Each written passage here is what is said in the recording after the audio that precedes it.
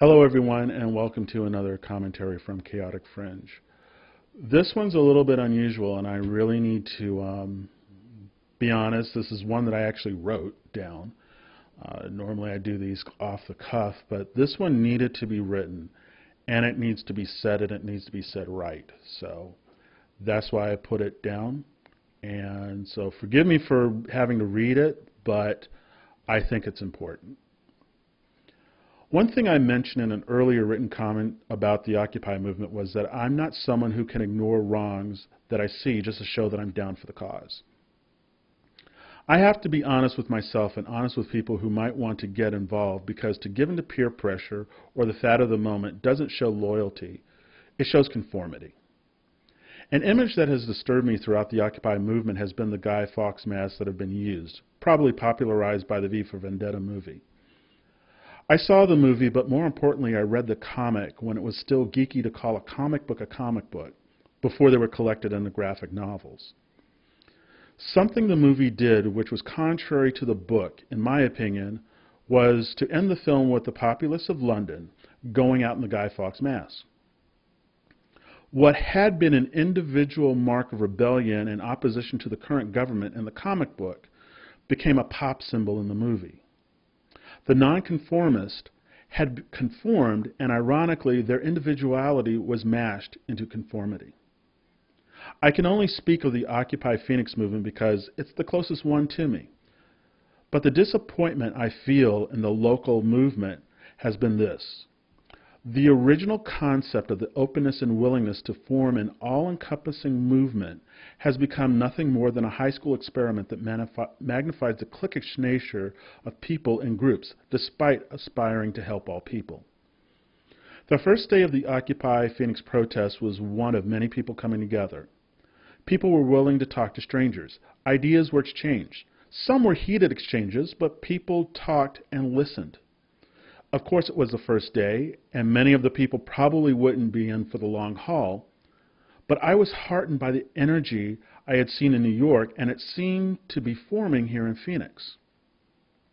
New York had been in operation for a month, and the press, once they bothered to go down and see what was going on, had reported a festive atmosphere with all types of folks, with different points of view, gathering under a main purpose of getting their voices heard. They were the 99%. From other cities I saw in news reports, it seemed the Occupy Phoenix movement would follow the same footsteps.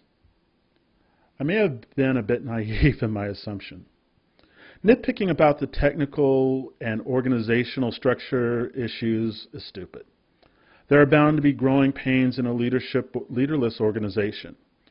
What I should have been concerned about would be people who took on a leadership role in a leaderless process, becoming that which they feared the most. A clique that would start to give certain privileges to some and exclude others. While that first day saw all ages in Cesar Chavez's sight, by the time the real grunt work began, most of the people were in their 20s whose only knowledge of protesting came from grainy photographs and nostalgic revisionist memories.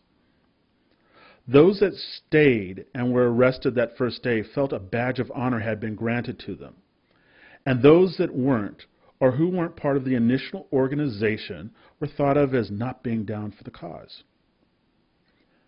I'm sure some might think I'm using too much hyperbole in this assessment, but I was there the Monday after the first day rush.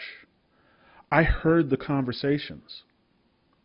Just by sitting there and taking everything in, I could see the dynamics forming. I'm not sure if many people can understand what it's like to pass through a crowd for hours and not have anyone acknowledge your presence. No one to welcome you, no one to talk to you. In a sense, I was grateful because I could listen to the conversations without being distracted. But after some time, if you had seen someone wandering around with a camera, you would think someone would want to say something. That didn't occur. Other photographers and videographers were there, and they got acknowledged by their subjects they were focused on. Again, on one hand, it was cool, but in another, odd. Eventually, I did get to talk to some people to see I was there, and I was able to talk to them and brushed aside any concerns I had as overanalyzing the situation too much.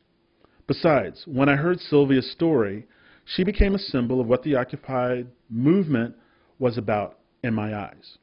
That was my last comfortable feeling about the Occupy Phoenix movement in particular.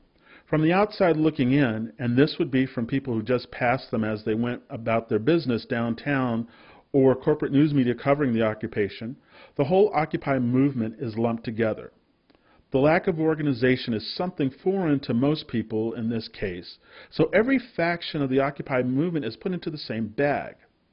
What happens in New York, Atlanta, Oakland, or wherever is considered the same with all the different and divergent Occupy rallies.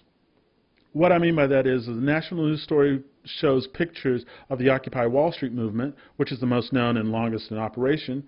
People assume the atmosphere there is the same at every Occupy location. The good news is Wall Street, for the most part, has been presented as a positive and model look at the organization.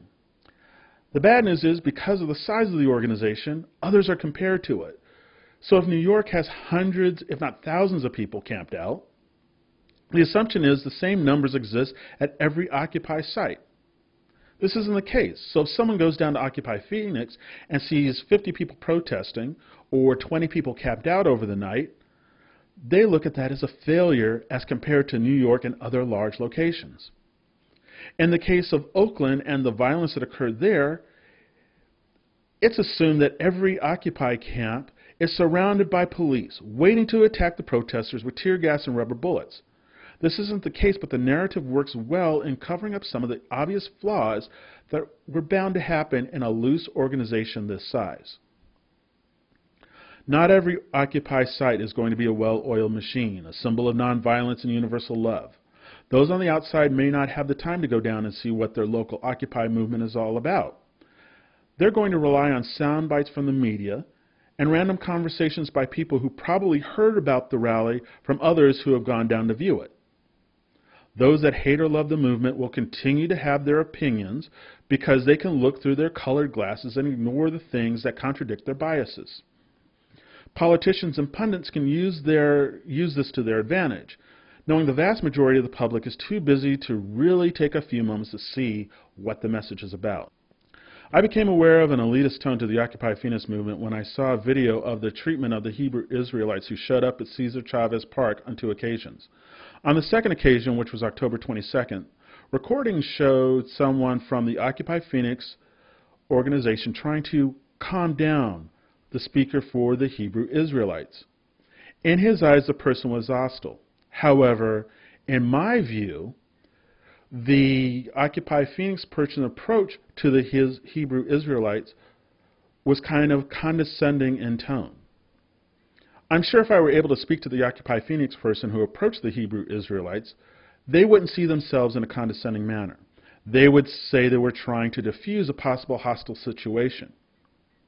The thing is, there was no hostile situation on the Hebrew Israelite side. The same person trying to calm down the speaker allows for someone who is clearly part of the Occupy Phoenix crowd to shout at the person.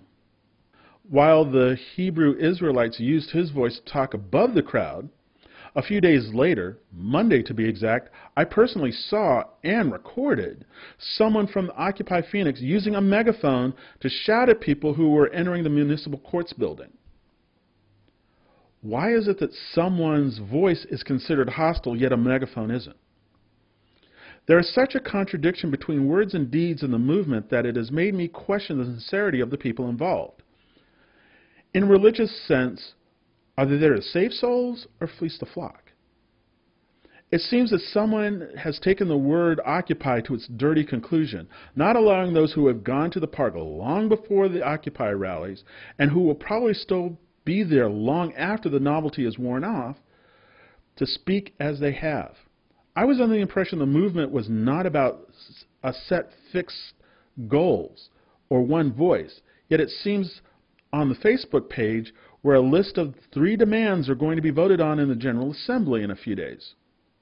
Why would this be done if there is a vast number of issues that are under the Occupy banner? The problem I see occurring is when more people, curious and initially receptive to the ideals of the Occupy movement, physically go down to Cesar Chavez Park and see what is really going on behind the scenes. Their attitudes may change. They may not be able to brush aside or explain away a few people protesting with signs while a minority of the people sit around smoking and talking, as was expressed by one volunteer named Mark on the Occupy Phoenix website. They may find a disconnect with the energy shown on television broadcasts of Oakland and New York movements with the megaphone and shouting of the Phoenix movement, as I personally saw and filmed recently. They may be discouraged when they try to donate supplies like water or food and are put through hoops that are stereotypical of a welfare caseworker throwing up red tape for a simple task. They may find it unnerving. Again, this is something that was posted on the Occupy Phoenix Facebook page, that a homeless woman was denied taking food from the site because it was designated for Occupy Phoenix people, even though the food stores on site that day of the incident were as full as Farrell's granary bins and Cecil B. Mills' Ten Commandments. Just like overzealous PETA fans, conspiracy followers, or religious fundamentalists, I see the Occupy Phoenix movement, and probably the Occupy movement in general, falling prey to purists whose myopic view of what the organization should be about and who will represent and present those views squeeze out and discourage those who don't follow the strict dogma. When you can make Sheriff Joe Arpaio seem sympathetic in a video, there is definitely something wrong with the tone of the people in the movement. I know people are passionate, which is trust and dislike for Sheriff Joe. So they may have looked hostile when compared to the calm that the sheriff was projecting during the video. But wasn't that a reversal of what happened with the Hebrew Israelites? The Occupy Phoenix people want to negatively label anyone as hostile who is passionate yet doesn't stick to the politically correct script that they have formed in their heads. My words might seem like sour grapes, and they can be dismissed if you wished, but continuing to treat the movement as a hobby or as a way of getting some sort of protest cred is only going to give more credence to the elite moniker. I would hope more Occupy movements across the country are in the model of New York, but I feel, just with the nature of people, quite a few will degenerate into a cliquish hierarchy, with the purists concerned more with appearances rather than true convictions, thus forcing out diversity and numbers needed to grow the movement. For the time being, I will continue to monitor the local movement by reporting in person and following online. I know some people, because of personal contacts they've had with some Occupy Phoenix members, have decided to discontinue their coverage of the movement. Other people have decided to hold back their donations or support they had planned on giving because of information they have seen online or discussions they've had with people who have visited the park. Hopefully, local members will work to correct this trend. I thank you for letting me read that, and I thank you for listening, and I will talk to you again later.